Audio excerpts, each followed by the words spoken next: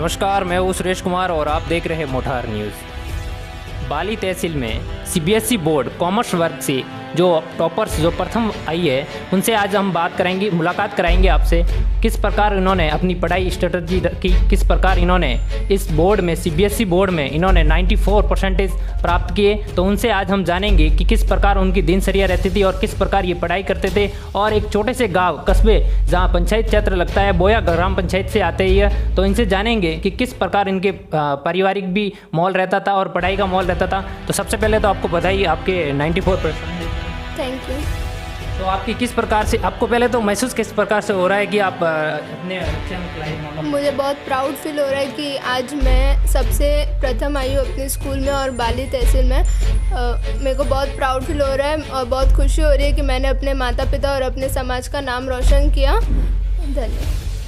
इन्होंने इस पूरे समाज में ही नहीं अपितु पूरे बाली तहसील में अपना नाम रोशन किया है। इनका नाम देविका जड़वा चौधरी है। इनके पिताजी का नाम मांगीलाल जी है, जिन्होंने 12वीं कक्षा में वाणिज्य वर्ग में इन्होंने 94 अंक प्राप्त किए हैं। और आपकी पूरी दिनचर्या और पढ़ाई किस प्रकार से होती थी वो हम जानना चाहेंगे।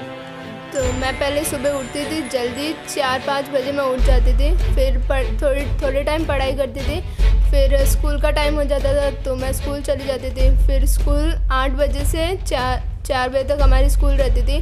फिर स्कूल से घर पे आती थी और तुरंत ही हमारी ट्यूशन रहती थी अकाउंटेंसी के लिए, तो हम ट्यूशन जाते थे वहाँ पे। फिर वहाँ से आती थी 7-8 बजे, फिर घर पे आके पढ़ाई करती थी वापस। फिर खाना खाती थी और रात को भी मैं लेट तक पढ़ती थी और फिर सो के वापस सुबह उठ के पढ़ाई करती थी। आप इन सभी का श्रेय किसको मान देते हो? मैं इन सभी का श्रेय अपने माता पिता और अपने अंकल, मेरी फैमिली और मेरे टीचर्स को देना चाहूँगी। मैं जड़वा समाज को भी इसका श्रेय देना चाहूँगी कि उन्होंने मेरे को आगे बढ़ने का मौका दिया। और मैं अपने माता पिता को धन्यवाद बोलना चाहूँगी कि उन्होंने मेरे को आगे बढ़ने का मौका दिया और पढ़ाई करने का मौका दिया। और हम ये जानना चाहेंगे आपसे कि आपकी सबसे ज़्यादा मजबूत पकड़ कौन से विषय में थी और आपके सबसे ज़्यादा उसमें अंक आए? मेरी सबसे ज़्यादा मजबूत पकड़ बिज़नेस स्टडीज़ और इंग्लिश में थी। और बिज़नेस स्टडीज़ में मेरे 94% बने हैं और 94 मार्क्स आया और इंग्लिश में मेरे 93 मार्क्स आए। अच्छा, और ऐसे आपके जो कमज़ोर विषय थे उसमें भी तो कोई होंगे जो पकड़ जिनकी कम थी आपकी? मेरी पकड़ इकोनॉमिक्स और हिंदी में कम थी। बाकी मैं पढ़ लेती थी, हिंदी भी मैं कर लेती थी। मेरे को लिखने में थोड़ा प्रॉब्लम आता था और मतलब मात्रा वगैरह, मैं इंग्लिश मीडियम से तो इतना हिंदी में मैंने ध्यान दिया नहीं था पहले, तो हिंदी में मेरे को थोड़ी प्रॉब्लम आती थी। और इकोनॉमिक्स में भी मैं थोड़ी कमज़ोर थी इकोनॉमिक्स में, पर टीचर्स और प्रैक्टिस करने के बाद मेरे को मतलब कॉन्फिडेंस आया और फिर मैंने एग्ज़ाम दिया और इकोनॉमिक्स में मेरे 93 आए हैं मार्क्स और हिंदी में मेरे 94 मार्क्स आए हैं। बिल्कुल, तो हम आगे ये जानना चाहेंगे कि अब आपके 12th का रिजल्ट, अब आगे आपका क्या सपना है और क्या बनना चाहते हैं आप? आगे मैं यूपीएससी की तैयारी कर रही हूँ। मेरे को आईएएस और आईएएस या फिर आईपीएस ऑफिसर बनना है और मैं उसी की अभी आगे पढ़ाई करूँगी। बिल्कुल, आपने बताया, लेकिन अब हम आपसे ये जानना चाहेंगे कि जो हमारे दर्शक हैं जो अभी 11th से 12th में आए, उनके लिए आप क्या कहना चाहेंगे, उनके लिए क्या गाइड देना चाहेंगे कि इस प्रकार पढ़ाई करनी चाहिए ताकि आपके भी इतने मार्क्स आ सकें? मैं उनको बस यही बोलना चाहूँगी कि स्कूल में जो पढ़ा रहे वो अच्छे से पढ़ें, जो टीचर्स बोल रहे जैसे वो आपको गाइड कर रहे उसी हिसाब से आप चलिए और अपना एक शेड्यूल बना दीजिए, मतलब प्रॉपर शेड्यूल बना दीजिए कि मेरे को इतने घंटे पढ़ना है, मतलब पढ़ना है। ऐसा नहीं है कि मैं ज़्यादा पढ़ूँगा, जहाँ ज़्यादा पढ़ूँगी तो मतलब ज़्यादा वो काम करेगा, ऐसा नहीं होता। अगर हम कम पढ़ेंगे पर वो प्रॉपर स्टडीज़ होनी चाहिए, कॉन्फिडेंस के साथ हमें पढ़ना है और मतलब कंसंट्रेशन हमारा बहुत ज़्यादा होना चाहिए। भले ही हम 1 घंटा पढ़ें पर अच्छे से पढ़ें, मन लगा के पढ़ें तो वो काम आता है। बिल्कुल, इन्होंने बहुत बढ़िया बताया कि पढ़े लेकिन कंसंट्रेशन होना ज़रूरी है, ताकि आपका ध्यान जब पढ़ाई करे तो पढ़ाई में होना चाहिए, अन्य जगह नहीं होना चाहिए। और आप अभी जैसे पढ़ाई करते हैं, लोग कहते हैं कि पढ़ाई करते रहते हैं, लेकिन उसके साथ खेलना वगैरह जो भी और भी क्रिया जो होती है वो होना चाहिए। तो आप खेल में भी रुचि रखते थे क्या? हाँ, मैं खेल में भी रुचि रखती थी। हमारे स्कूल में गेम्स पीरियड वगैरह होते थे तो मैं खेलने भी जाती थी। और मेरा डांस में बहुत मन था, तो स्कूल में डांस कंपटीशन वगैरह होते थे तो मैं अपने डांस प्रैक्टिस भी करती थी। स्कूल के डांस पीरियड में मैं डांस के लिए भी जाती थी और भी अलग अलग चीज़ें एक्टिविटीज़ थी जो मैं स्कूल में करती थी, जैसे ड्राइंग वगैरह।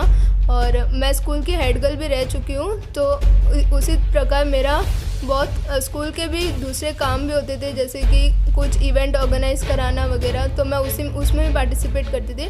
बस जो पढ़ाई का टाइम था उसमें मैं अच्छे से पढ़ाई करती थी, एक्टिविटीज़ अपनी जगह और पढ़ाई अपनी जगह। बिल्कुल, इन्होंने बताया अपनी पढ़ाई के बारे में। तो अब हम बात करेंगे इनके जो पेरेंट्स हैं उनसे भी जानते हैं कि किस प्रकार इनको अपनी बेटी जो इन्होंने 94% बनाए, तो किस प्रकार अपने घर में एक खुशी का माहौल होता है जब कोई अच्छे मार्क्स से पास होता है तब। तो हम उनसे भी बात करते हैं। तो आपको किस प्रकार महसूस हो रहा है आपके यहाँ? मुझे मेरा भतीजी है देविका चौधरी, मुझे 94% बनने पर बहुत खुशी है। और सबसे बड़ी खुशी तो ये है कि हमारे जड़वा समाज का नाम आगे आया है, बहुत खुशी है। और पढ़ाई में हम इसको सपोर्ट किया है हमेशा कि काम भले हम कर लेंगे, लेकिन तू पढ़ाई का पूरा ध्यान रखने का। लेकिन उन्होंने अच्छा मेहनत किया।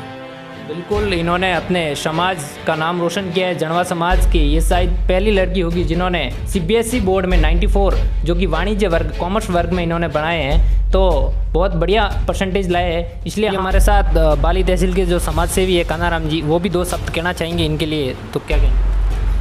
मैं सबसे पहले मोटराष्ट्र न्यूज़ को धन्यवाद देना चाहता हूँ कि समय समय पे आप इस प्रकार की न्यूज़ें उठाते हैं।